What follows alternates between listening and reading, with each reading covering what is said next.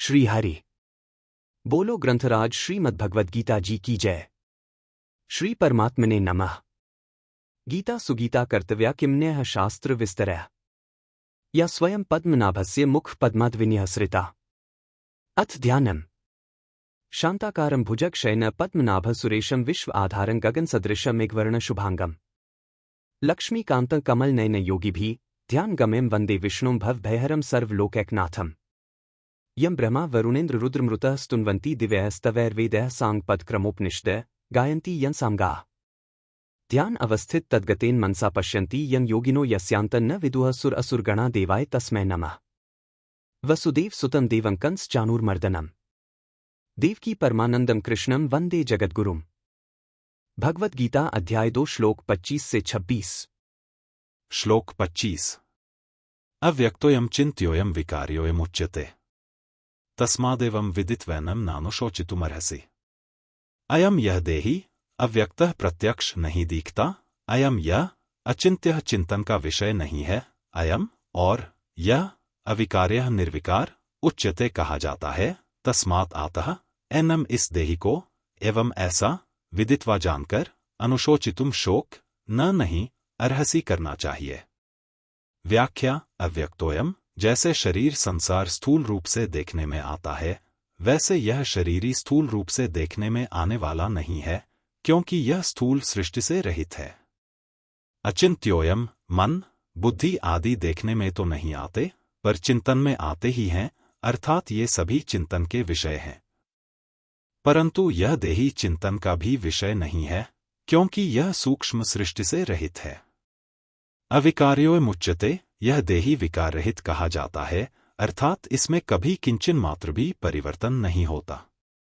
सबका कारण प्रकृति है, उस कारणभूत प्रकृति में भी विकृति होती है, परंतु इस देही में किसी प्रकार की विकृति नहीं होती, क्योंकि यह कारण सृष्टि से रहित है।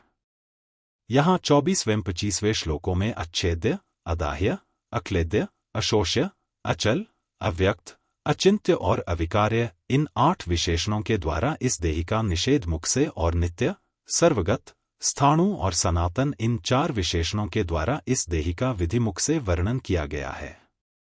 परंतु वास्तव में इसका वर्णन हो नहीं सकता, क्योंकि यह वाणी का विषय नहीं है। जिससे वाणी आदि प्रकाशित होते हैं, उस देही को वे सब प्रकाशित कैसे कर सकते हैं? अतः इस देही का ऐसा अनुभव करना ही इसका वर्णन करना है। तस्मादेवं विदित्वैनं नानुशोचितुमर्हसि, इसलिए इस देही को अच्छेद्य, अशोष्य, नित्य, सनातन, अविकार्य आदि जान ले, अर्थात ऐसा अनुभव कर ले, तो फिर शोक हो ही नहीं सकता।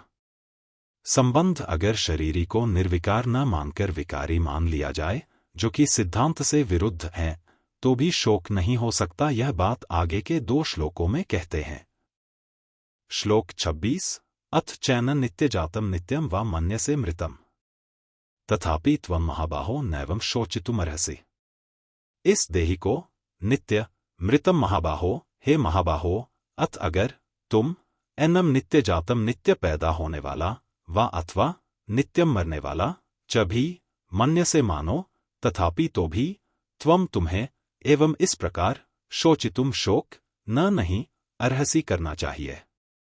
व्याख्या। अथ चैनन शोचितुमर्हसि भगवान यहाँ पक्षांतर में अथ च और मन्य से पद देकर कहते हैं कि यद्यपि सिद्धांत की और सच्ची बात यही है कि देही किसी भी काल में जन्मने मरने वाला नहीं है, गीता 2 अध्याय का 20वां श्लोक, तथापि अगर तुम सिद्धांत से बिल्कुल विरुद्ध बात भी मान लो कि देही नित्य जन्मने वाला और नित्य मरने वाला है, तो भी तुम्हें शोक नहीं होना चाहिए।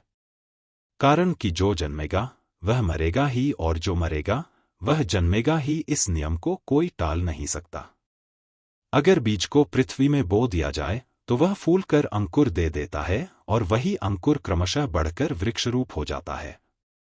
इसमें सूक्ष्म दृष्टि से देखा जाए कि क्या वह बीज एक क्षण भी एक रूप से रहा?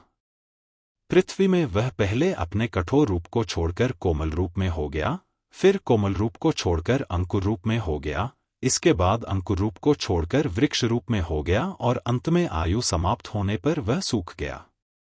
इस तरह बीज एक क्षण भी एक रूप से नहीं रहा, प्रत्युत प्रतिक्षण बदलता रहा। अगर बीज एक क्षण भी एक रूप से रहता तो वृक्ष के सूखने की क्रिया कैसे होती? उसने पहले रूप को छोड़ा, यह उसका मरना हुआ, और दूसरे रूप को धारण किया, यह उसका जन्मना हुआ। इस तरह वह प्रतिक्षण ही जन्मता मरता रहा। बीज की ही तरह यह शरीर है। बहुत सूक्ष्म रूप से वीर्य का जंतु रज के साथ मिला। वह बढ़ते बढ़ते बच्चे के रूप में हो गया और फिर जन्म गया। जन्म के बाद वह बढ़ा, फिर घटा और अंत में मर गया।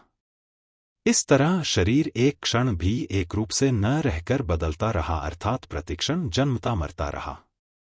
भगवान कहते हैं कि अगर तुम शरीर की तरह शरीरी को भी नित्य जन्मने मरने वाला मान लो तो भी यह शोक का विषय नहीं हो सकता। ऐसी ही और वीडियो के लिए हमसे जुड़े रहिए और आपका आशीर्वाद और सहयोग बनाए रखें। अगर हमारा प्रयास आपको पसंद आया तो चैनल को सब्सक्राइब करें और अपने स्नेहीजनों को भी शेयर करें।